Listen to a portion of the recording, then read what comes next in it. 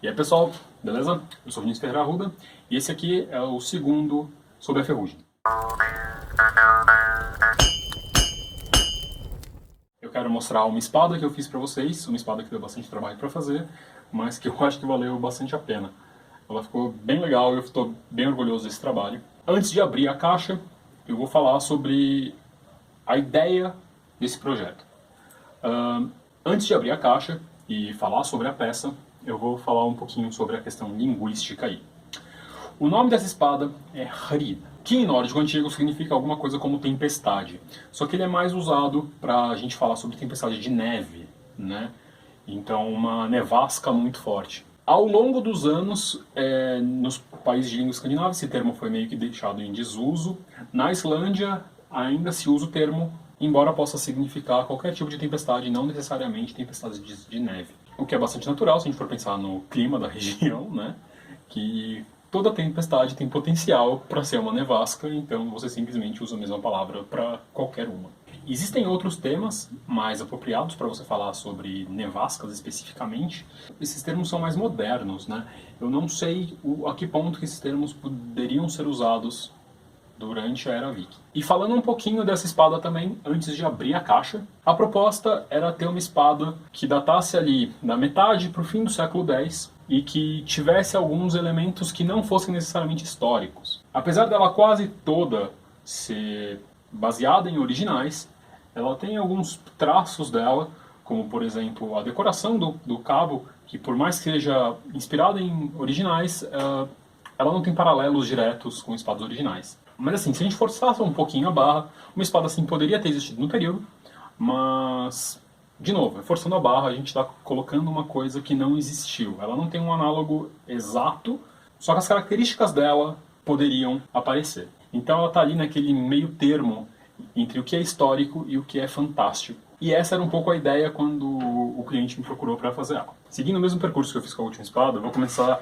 do pomo até a ponta, depois eu vou falar um pouquinho da bainha, e essa aqui eu também vou falar do cinto, então vamos lá.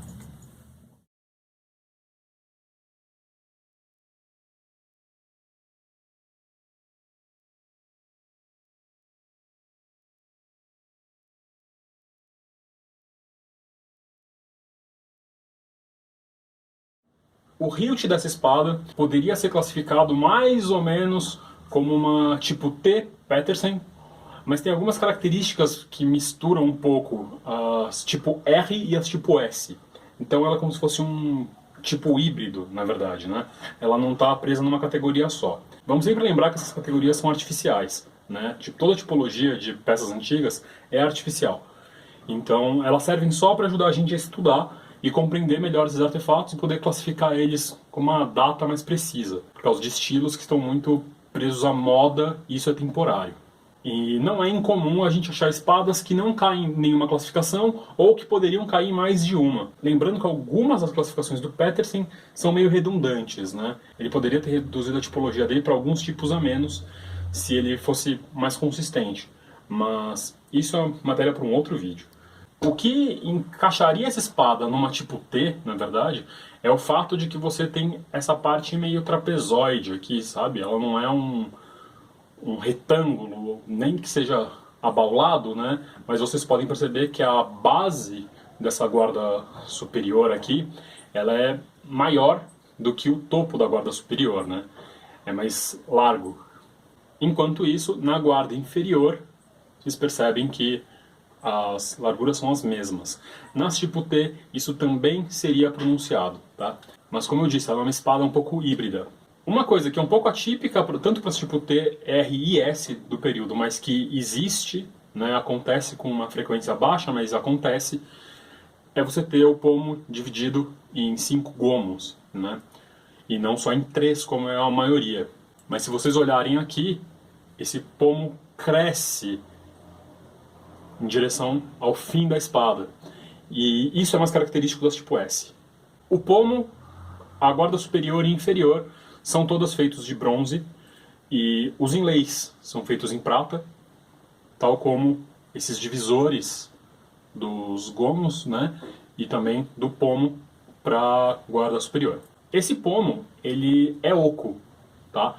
Ele é bem ocado, na verdade. Eu não fiz ele fundido, porque eu tentei fazer algumas vezes e eu tenho pouca experiência com fundição de bronze, né?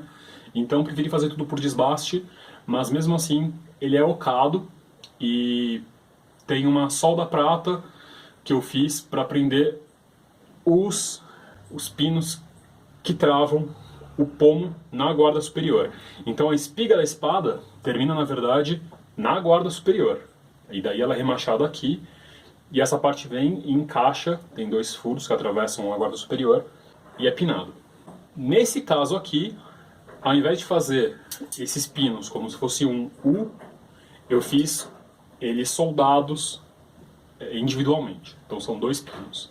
Isso também acontece em espadas da época, não é a coisa mais comum, é mais fácil você ver esse U, mas acontece isso também.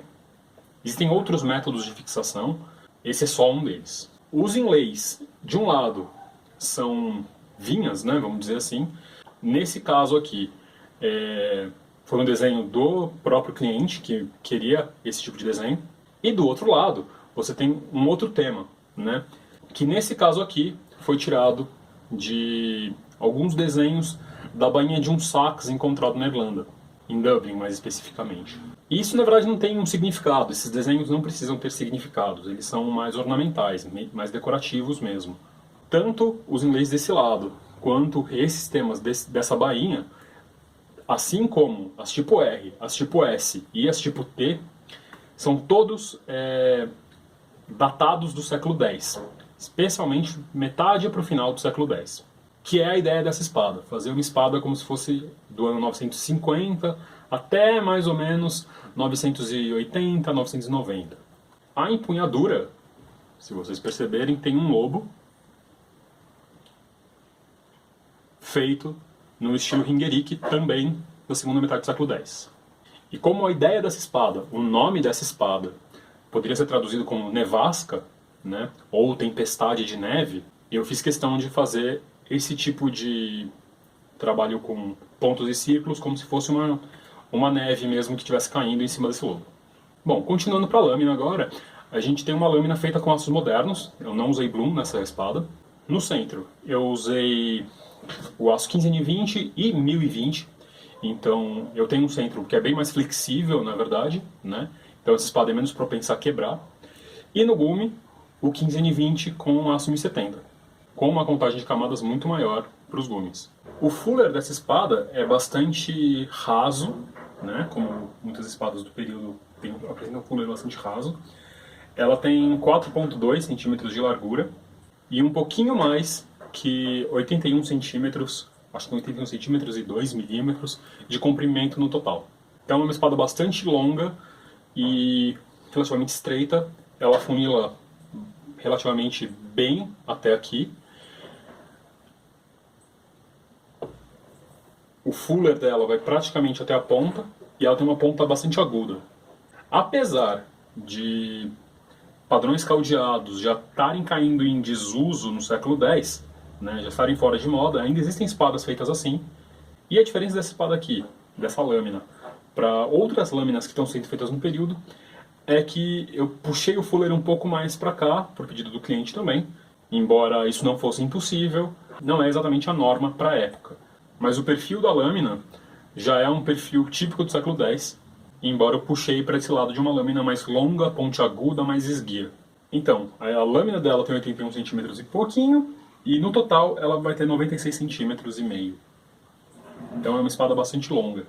A empunhadura dela tem 9,3, 9,4 milímetros. O balanço dessa espada, como vocês podem perceber, está bastante avançado. Ele está mais ou menos 24 centímetros a partir da guarda inferior. Isso não é tão comum para esse tipo de espada. Existem espadas com um balanço bastante para frente nesse período. Só que nesse caso específico, isso acaba não atrapalhando muito, porque essa espada é bastante leve, ela pesa 940 gramas. Então, por mais que o balanço dela seja bem avançado, ela é bastante ágil ainda e bem fácil de controlar. A lâmina dela, como o cliente tinha pedido para fazer ela afiada, mas não tanto, e ele ficou na dúvida se ele afiava mesmo ou não, eu deixei ela afiada, suficientemente afiada, mas, claro, ela não age como uma navalha, ela tem uma geometria de fio um pouquinho mais grossa. Mas com a velocidade que você consegue e o fato do balanço dela estar mais avançado, isso acaba não sendo um problema porque ela corta. Ela realmente corta muito bem, assim. O próximo item que a gente vai analisar agora é a bainha, tá? A bainha ela é feita de madeira.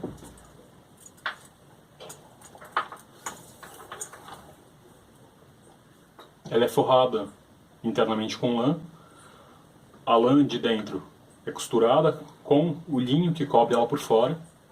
E ela tem esses relevos, nesse caso aqui, também inspirados em uma bainha do final do século X, começo do século XI, de Dublin também, assim como a decoração de um dos lados das guardas. Aqui eu usei uma ponte para o cinto, também está externa. Isso já não é tão moda nessa época, mas ainda existe, principalmente em lugares com influência escandinava. Vocês podem perceber que tem uma cabeça de lobo entalhada, também em estilo ringerike, que combina bastante então com a empunhadura da espada. O cinto é de couro e esse aqui é um cinto para cintura mesmo, ele não é o baldric, né? Que seria mais comum nessa época. As peças todas que enfeitam a bainha são de latão. Nesse caso aqui, são chapas pequenas de latão estampadas. Então elas são soldadas com um arame de latão que prende elas no cinto. No caso, esse cinto foi feito para a cintura do dono dessa espada, mas mesmo assim eu ainda fiz mais alguns furos para o caso de talvez ele usar uma cota de malha ou talvez ganhar ou perder alguns quilos, né? E sobra um pouquinho de cinto aqui. Como vocês podem ter percebido, essa espada aqui, diferente da outra, não tem uma ponteira metálica, tá? Essas ponteiras eram comuns no período, principalmente no século X e XI, só que elas também não são tão comuns assim. Só para vocês terem uma noção, na Noruega, onde você tem o maior número de espadas vikings do período, né, segundo a última contagem que eu vi, assim, cerca de 2.500, você tem menos de 40 dessas ponteiras. Então você percebe uma proporção bastante desequilibrada aí. Então, por mais que você tenha 40 achados de uma coisa só, num período, em um país, ele não se compara com o número das espadas. Então é muito mais provável que a grande maioria das espadas não tivesse esse tipo de ponteira. E levando em conta que boa parte das ponteiras tem estilos parecidos, isso acaba reforçando a ideia de que talvez grupos específicos usassem ponteiras iguais como uma forma de reconhecimento ou de, talvez, pagamento por um serviço militar, né? Nesse caso aqui, essa espada é como se ela não fosse de alguém afiliado a algum grupo aristocrático específico. E só um detalhe que eu também esqueci de falar. Essa parte aqui é feita em carvalho. Isso aqui é chifre de cervo, e a madeira da bainha é pinho, e por fora é linho puro. E talvez alguém tenha percebido, mas aqui tem esse papelzinho enrolado, na verdade são 2 folhas, né? Na verdade isso aqui é um conto sobre a espada. Eu gosto de escrever contos para minhas espadas, não são todas que eu escrevo, mas de vez em quando me dá vontade, às vezes eu escrevo anos depois da espada estar pronta, a pessoa que leva a espada recebe uma cópia impressa. Enfim, essa foi a Hrid, e eu espero que vocês tenham gostado e apreciado essa peça que eu gostei bastante de ter feito.